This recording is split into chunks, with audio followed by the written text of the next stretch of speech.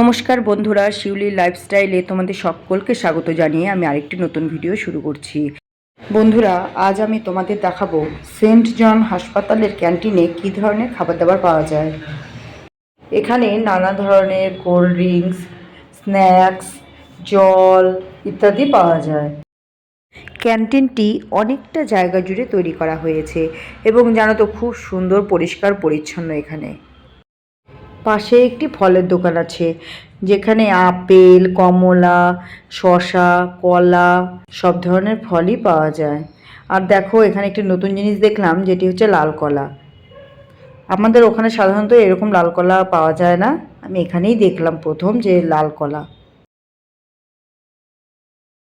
এরপরে চলে এলাম দেখো আমরা একটি ফাস্টফুডের দোকানে, যেখানে কেক, বিস্কুট, নানা রকমের কোল্ড ড্রিঙ্কস এখানেও ছিল।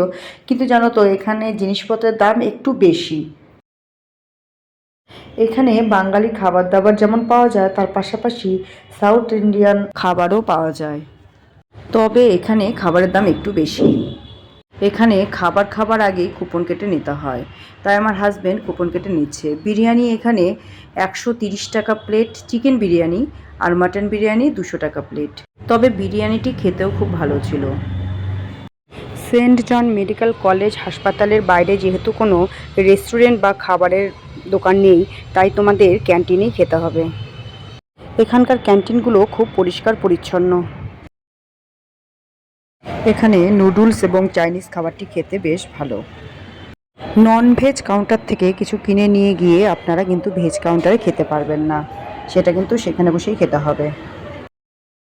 এখানে বসে খাবারও ব্যবস্থা আছে।